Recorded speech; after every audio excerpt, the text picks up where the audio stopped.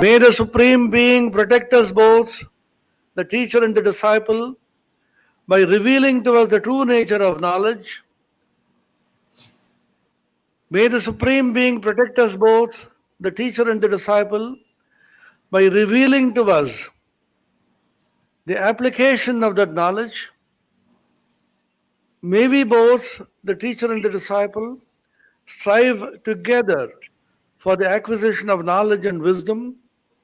May the knowledge and wisdom that we acquire be effective and illuminative. May there be no disharmony between us. Om, peace, peace, peace.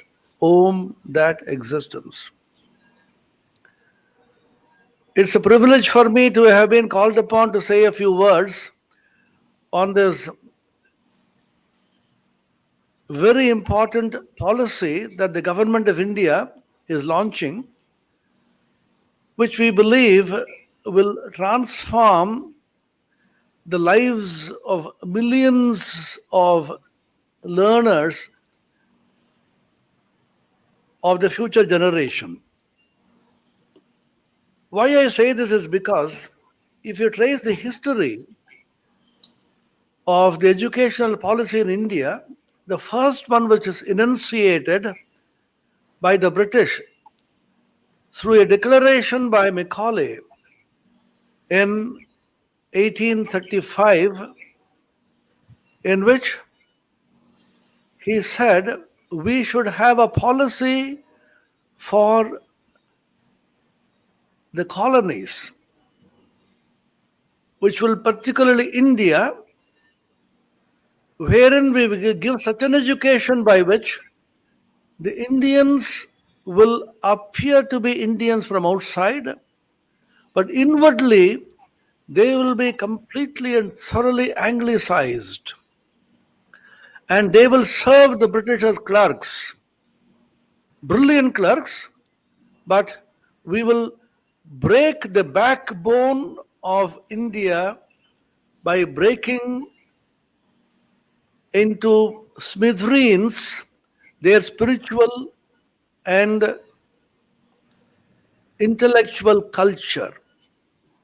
The hoary culture of India, which dates back to several thousand years, in which the Indian mind is rooted, should be completely broken, and a new education should be given by which they will begin to dislike and hate everything which is ancient India and be fascinated through what we are going to give them. Unfortunately for Macaulay, just a year later, 1836,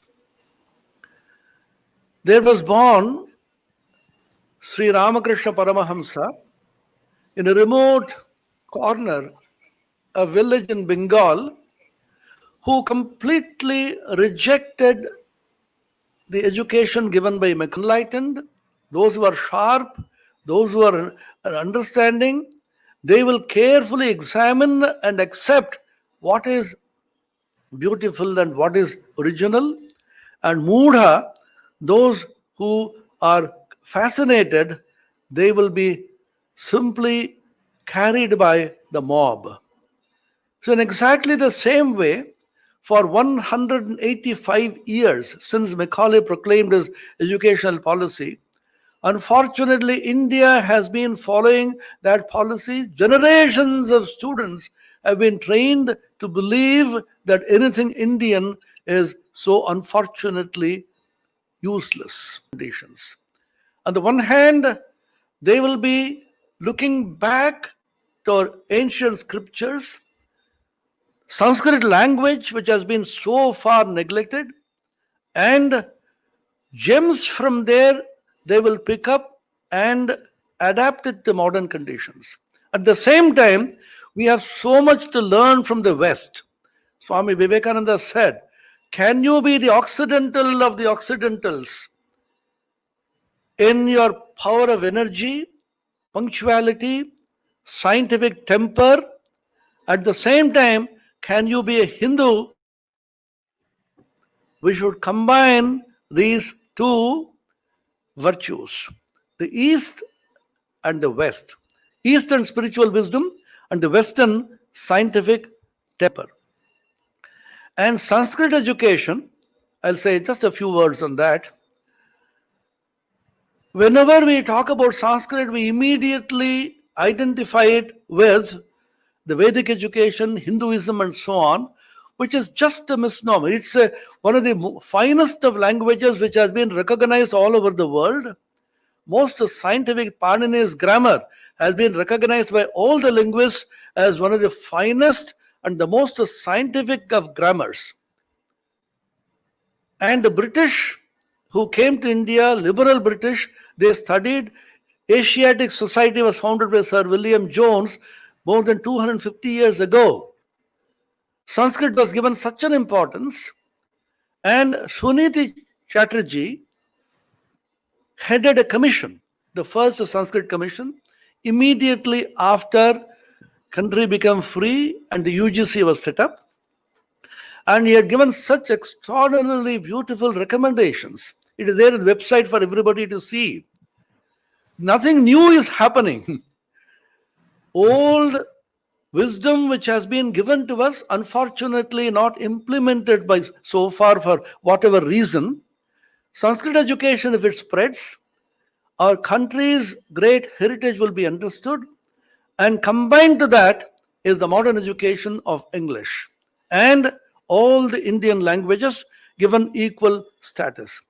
And the digitalization which is being talked about hugely in this policy is one thing which has just been shown to be relevant, important, extremely urgent by this coronavirus COVID-19. Digitalization started by the present central government some years ago, and how the coronavirus has shown this digitalization and digital India movement has come so handy.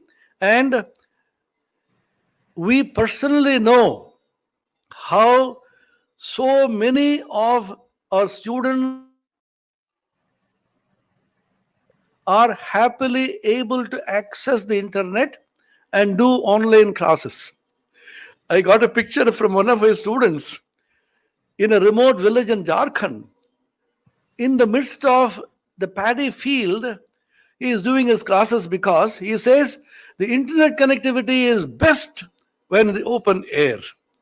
And one more important idea which Swami Vivekananda spoke about is the social commitment of educated youth, which has been badly lacking in our education policy so far.